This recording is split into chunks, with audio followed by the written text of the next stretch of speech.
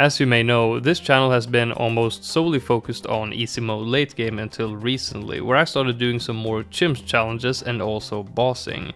In this video we're playing some ranked Lych in order to try and get a top 3 medal. We're playing the normal version, and this week's boss challenge is least tiers on the map's gates. In this challenge, each tower you place counts as one tier, and each upgrade counts as a subsequent tier. So a tier 5 tower without any crosspath is a total of 6 tiers. A hero counts as 1 tier, and upgrading into a paragon also counts as 1 extra tier. We start the game by leaking the entire first, second and third round, so we can get a farm down as our first tower. And then we will get a Dartling gunner all the way in the back and try to micro it to get as little time penalty as we can. As I have not played a lot of bosses, and certainly not competitively, YouTube guides are great for those who are just looking to get into it. YouTubers such as Phoenix and Punji provide great guides on bosses for anyone who's looking to learn. I would for sure not have been able to score this good if it wasn't for a guide that Punji made showing how to get down to 35 tiers and also mentioning what you need to cut out in order to get down to 34. Doing ranked bossing is something that takes a lot of time. It's super fun to compete, but it takes up a bit too much time for the small amount of YouTube content that you get out of it, in my opinion. And that's why I won't be grinding every ranked boss, but just when I feel like it, and hopefully get better over time. Maybe a way to get more content out of it would be if I live streamed some of the ranked gameplay.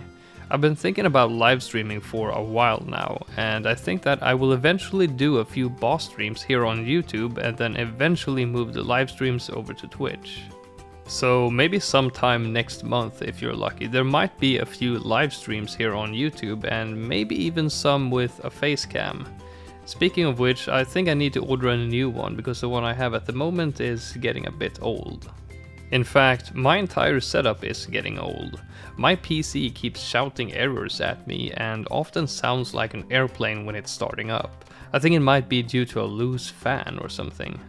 On top of this, I'm also running out of memory, so for every video I make, I need to go back and remove the material from the last video to make room for the next.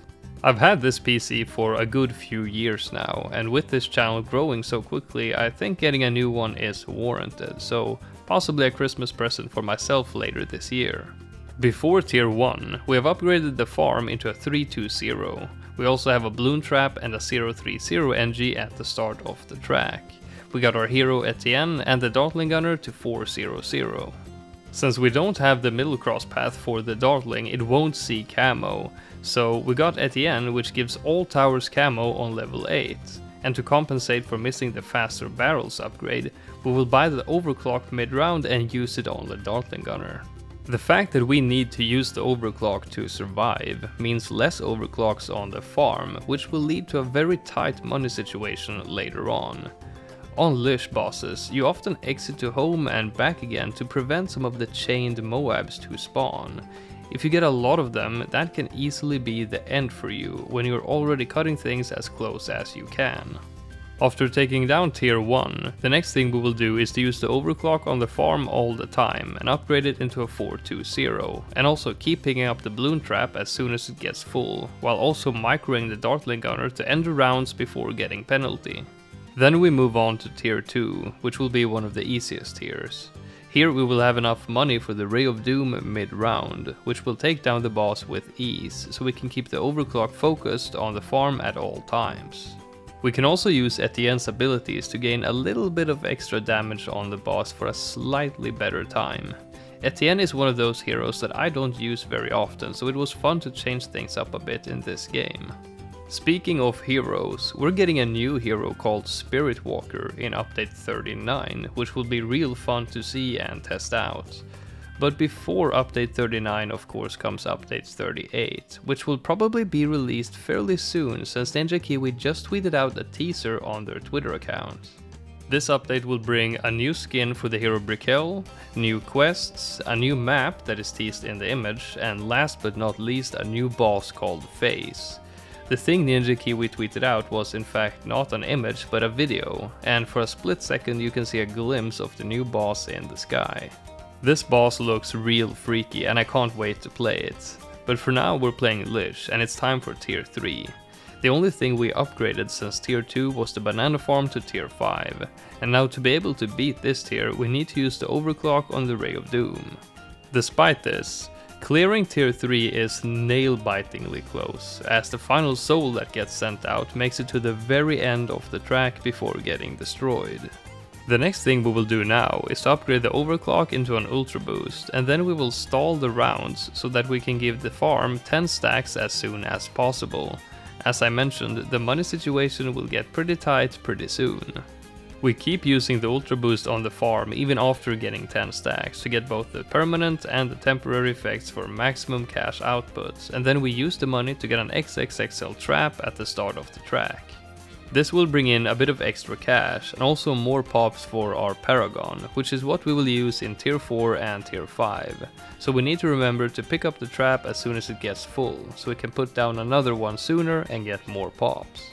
When it's time for tier 4, we're still missing a bunch of cash, so we need to keep farming a bit into the boss fight. And we also need to make the rounds go by quicker, so on round 103 we ultra boost the Ray of Doom instead of the farm to take it down faster. We've placed down a sentry champion in the center of the map, which is where our Paragon will be, and as soon as we reach 480k we can sell our Ray of Doom and banana farm to afford the degree 20 master builder. Despite being new to bossing, I have used the Paragon's sentry explosions before, but I was not aware that if you place one sentry, back out of the game and in again, the ability will place the first sentry again instead of the second red fire one. I learned this during tier 4, and it may have been a reason for why this tier was as close as it was, but some tries later it popped with a few seconds to spare. Easy. As you can see, we have now used 34 tiers, so we already got everything that we will get in this game. So here is the 5th and final tier. The strategy is simple, just place and time the mega sentries as best you can to take down the boss as quickly as you can. My sentry timings is nothing that I've practiced yet, so they are not good at all, but nevertheless we take down the final tier. I played this game with 1 day left on the event, and at that moment this run was rank 1 on the leaderboard, but when the event ended I had fallen down to rank 6, with a few players beating the boss with 1 less tier than I used, which is pretty sick. Anyway, I hope you all enjoyed the video, leave a thumbs up if you did, and I will see you in the next one.